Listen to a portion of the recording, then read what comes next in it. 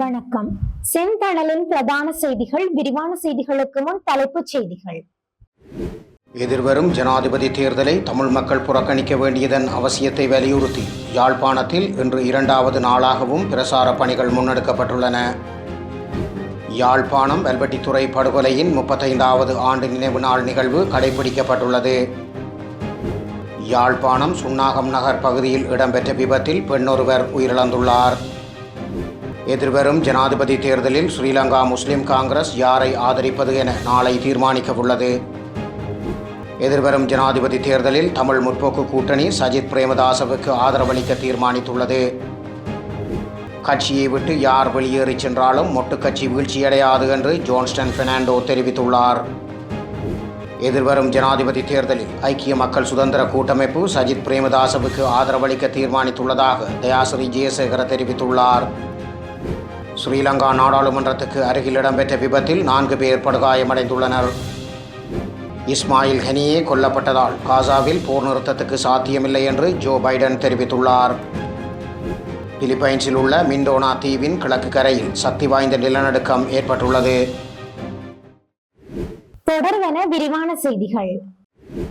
எதிர்வரும் ஜனாதிபதி தேர்தலை தமிழ் மக்கள் புறக்கணிக்க வேண்டியதன் அவசியத்தை வலியுறுத்தி யாழ்ப்பாணத்தில் இன்று 2வது நாளாகவும் பிரச்சார பணிகள் முன்னெடுக்கப்பட்டுள்ளன.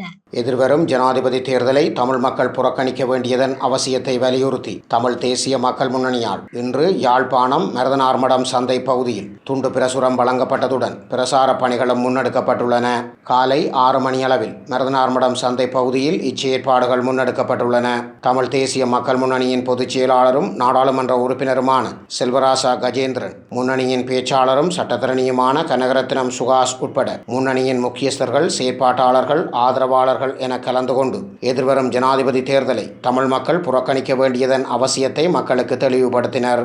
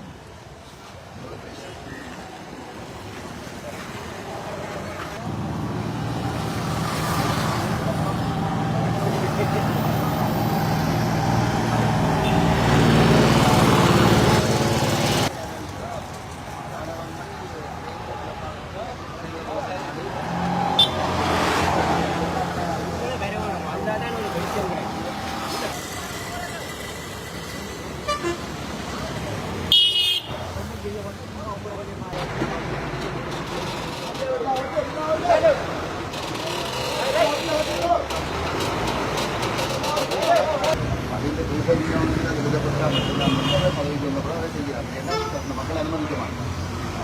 அப்போ அந்த வாக்குப்படுறதுக்காக அந்த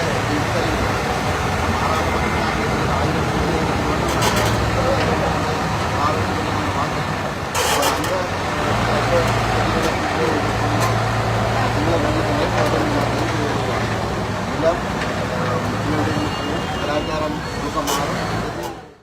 யாழ்ப்பாணம் வெல்வெட்டித்துறை படுகொலையின் 35வது ஆண்டு நினைவு நாள் நிகழ்வு கடைபிடிக்கப்பட்டுள்ளது. யாழ்ப்பாணம் வெல்வெட்டித்துறையில் 1989ஆம் ஆண்டு இந்திய படையினரால் படுகொலை செய்யப்பட்ட அப்பாவி தமிழ் மக்களின் 35வது ஆண்டு நினைவேந்தல் நிகழ்வு தமிழ் தேசிய மக்கள் முன்னணியினரால் கடைபிடிக்கப்பட்டுள்ளது.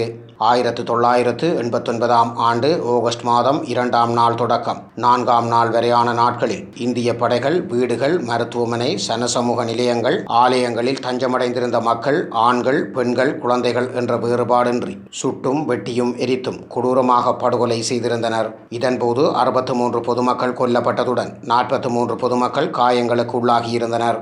இந்நிலையில் இப்படுகொலையின் 35வது ஆண்டு நிறைவு நினைவேந்தல் நிகழ்வு நேற்று தமிழ் தேசிய மக்கள் முன்னணியின் மூத்த செயற்பாட்டாளர் டொமினிக் தலைமையில் வெல்வெட்டித்துறை ரேவடி கடற்கரை பகுதியில் முன்னெடுக்கப்பட்டிருந்தது. இதில் முன்னணியின் செயற்பாட்டாளர்கள் மற்றும் உயிரிழந்தவர்களின் உறவினர்கள் கலந்து கொண்டு ஈகை சுடரேற்றி வணக்கம் செலுத்தியுள்ளனர்.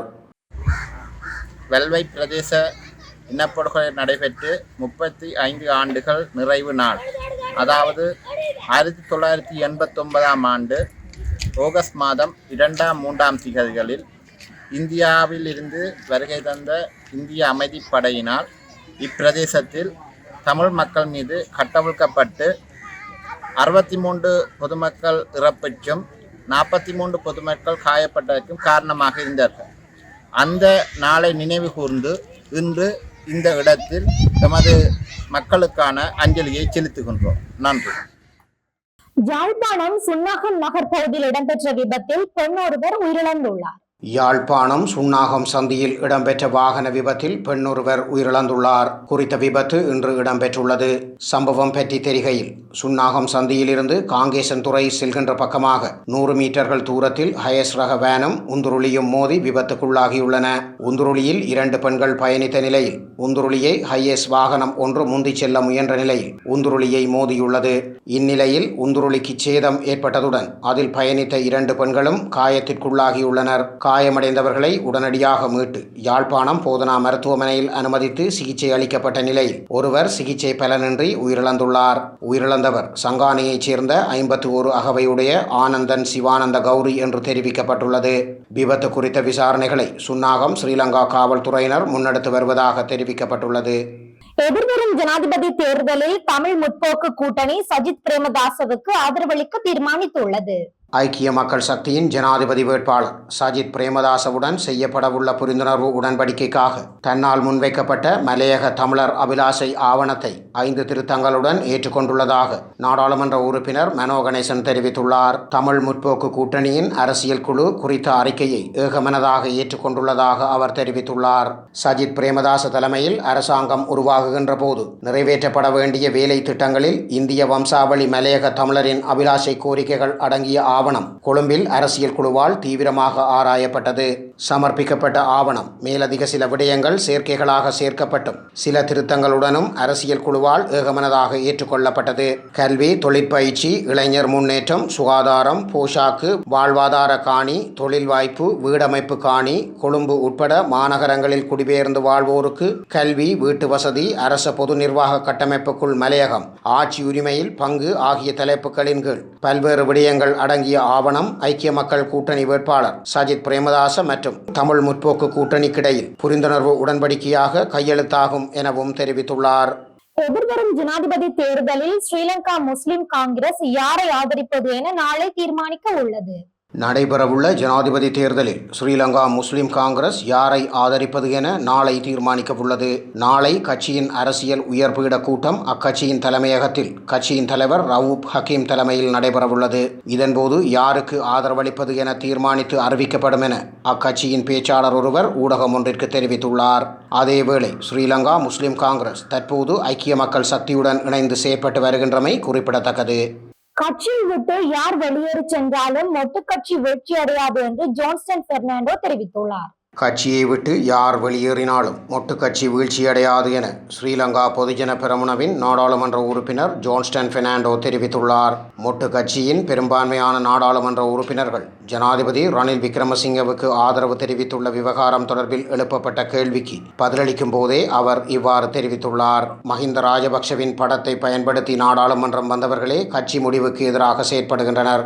அவர்கள் அவ்வாறு செயற்பட்டாலும் மக்களும் கட்சி ஆதரவாளர்களும் கட்சியுடன் தான் நிற்கின்றனர். மஹிந்த ராஜபக்ஷவிடம் கட்சியின் இருப்பு உள்ளது. எனவே யார் வெளியேறினாலும் கட்சி விழாது. சிலர் அரசியல் நாடகங்களை அரங்கேற்றுகின்றனர். அது விரைவில் தெரிய வரும். ஜனாதிபதி தேர்தலில் நாம் தான் வெல்வோம். புதிய வாக்குகளை பெறக்கூடிய வேட்பாளர் எமது வசமே உள்ளார். ஏனைய வேட்பாளர்களுக்கு புதிய வாக்காளர்களின் வாக்குகளை பெற முடியாது எனவும் அவர் தெரிவித்துள்ளார். எதிர்வரும் ஜனாதிபதி தேர்தலில் ஐக்கிய மக்கள் சுதந்திர கூட்டமைப்பு சஜித் பிரேமதாசவுக்கு ஆதரவளிக்க தீர்மானித்துள்ளதாக தயாசிறி ஜெயசேகர தெரிவித்துள்ளார். எதிர்வரும் ஜனாதிபதி தேர்தலில் ஸ்ரீலங்கா சுதந்திர கட்சியும் ஐக்கிய மக்கள் சுதந்திர கூட்டமைப்பும் ஐக்கிய மக்கள் சக்தியின் தலைவர் சஜித் பிரேமதாசவுக்கு ஆதரவளிக்க தீர்மானித்துள்ளன. ஐக்கிய மக்கள் சக்தியின் ஜனாதிபதி வேட்பாளர் சஜித் பிரேமதாசவுக்கு ஆதரவளிப்பதாக நாடாளுமன்ற உறுப்பினர் தயாசிறி ஜெயசேகர தெரிவித்துள்ளார். கொழும்பில் இன்று இடம்பெற்ற விசேட கலந்துரையாடலில் இந்த தீர்மானம் எட்டப்பட்டுள்ளது. அதற்கமைய இது தொடர்பான புரிந்துணர்வு ஒப்பந்தம் எதிர்வரும் 7ஆம் நாள் கொழும்பில் கைச்சாத்திடப்படும் என தெரிவிக்கப்பட்டுள்ளது. ஸ்ரீலங்கா நாடாளுமன்றத்துக்கு அருகில் இடம்பெற்ற விபத்தில் 4 பேர் படுகாயம் அடைந்துள்ளனர். ஸ்ரீலங்கா நாடாளுமன்றத்துக்கு அருகில் இடம்பெற்ற விபத்தில் 4 இளைஞர்கள் படுகாயமடைந்துள்ளதாக தெரிவிக்கப்பட்டுள்ளது. குறித்த விபத்து இன்று இடம்பெற்றதாக அப்பகுதி ஸ்ரீலங்கா காவல்துறையினரால் தெரிவிக்கப்பட்டுள்ளது. அதிவேகத்துடன் பயணித்த மகிழுந்து ஒன்று சாரதியின் கட்டுப்பாட்டை இழந்து விபத்துக்குள்ளாகியுள்ளதாக குறிப்பிடப்பட்டுள்ளது. இதன்போது 4 இளைஞர்கள் படுகாயமடைந்த நிலையில் மருத்துவமனையில் அனுமதிக்கப்பட்டுள்ளனர். அவர்களில் 2 நிலை கவலைக்கிடமாக உள்ளதாக தெரிவிக்கப்பட்டுள்ளது. இனி சர்வதேச செய்திகள். இஸ்மாயில் ஹனியே கொல்லப்பட்டதால் காசாவில் போர் நிறுத்தத்துக்கு சாத்தியமில்லை என்று ஜோ பைடன் தெரிவித்துள்ளார். ஹமாஸ் அமைப்பின் அரசியல் பிரிவு தலைவர் இஸ்மாயில் ஹனியே கொல்லப்பட்டதனால் காசாவில் போர் நிறுத்தத்திற்கு சாத்தியமில்லை என அமெரிக்க ஜனாதிபதி ஜோ பைடன் தெரிவித்துள்ளதாக சர்வதேச ஊடகங்கள் செய்தி வெளியிட்டுள்ளன. இஸ்மாயில் ஹனியே கொலை செய்யப்பட்டதன் காரணமாக போர் நிறுத்தம் ஏற்படுவதற்கு வாய்ப்புகள் உள்ளதா என்று ஊடகவியலாளர் ஒருவர் எழுப்பிய கேள்விக்கு பதிலளிக்கும் போதே ஜோ பைடன் இதனை குறிப்பிட்டுள்ளார். முன்னதாக இஸ்ரேலிய பிரதமர் பெஞ்சமின் நெத்தன்யாகுவுடன் இந்த விடயம் குறித்து தாம் கலந்துரையாடியதாகவும் ஜனாதிபதி பைடன் தெரிவித்துள்ளார். குறிப்பாக ஈரானில் ஹமாஸின் தலைவர் கொலை செய்யப்பட்டதன் பின்னர் இஸ்ரேலுக்கு எதிராக பதிலடி கொடுக்கும் அச்சுறுத்தல்கள் உருவாகியுள்ளதுடன் பரந்த அளவில் மத்திய கிழக்கில் போர் விரிவடைவதற்கான அபாயமும் அதிகரித்துள்ளமை குறிப்பிடத்தக்கது. பிலிப்பைன்ஸில் உள்ள மிண்டோனா தீவின் கிழக்கு கரையில் சக்தி வாய்ந்த நிலநடுக்கம் ஏற்பட்டுள்ளது. பிலிப்பைன்ஸில் உள்ள மிண்டோனா தீவின் கிழக்கு கரையில் சக்தி வாய்ந்த நிலநடுக்கம் ஏற்பட்டுள்ளது. இன்று அதிகாலை இந்த நிலநடுக்கமானது 6.8 ரிக்டர் அளவில் ஏற்பட்டதாக அமெரிக்க புவியியல் ஆய்வு மையம் தெரிவித்துள்ளது. இந்த நிலநடுக்கம் கடலின் பூமிக்கடியில் 10 கிலோமீட்டர் தூரத்தில் நிலை கொண்டுள்ளது எனவும் குறிப்பிடப்பட்டுள்ளது. குறித்த நிலநடுக்கத்தினால் சுனாமி ஏற்படும் அபாயம் இல்லை என அமெரிக்க புவியியல் ஆய்வு மையம் சுட்டிக்காட்டியுள்ளது. அத்துடன் கடலில் நிலநடுக்கம் ஏற்பட்டதால் சேதம் ஏற்பட வாய்ப்பில்லை என்றாலும் நிலநடுக்கத்துக்கு பிந்தைய நில அதிர்வுகள் ஏற்படும் என பிலிப்பைன்ஸ் நிலநடுக்க ஆய்வு நிறுவனம் எச்சரிக்கை விடுத்துள்ளது. பிலிப்பைன்ஸ் பசிபிக் பெருங்கடலின் நெருப்பு வலய பகுதியில் அமைந்துள்ளதால் இங்கு எரிமலை வெடிப்பு மற்றும் நிலநடுக்கங்கள் அடிக்கடி நடந்து வருகின்றமை குறிப்பிடத்தக்கது. இத்துடன் செய்திகள் நிறைவடைகின்றன. வணக்கம்.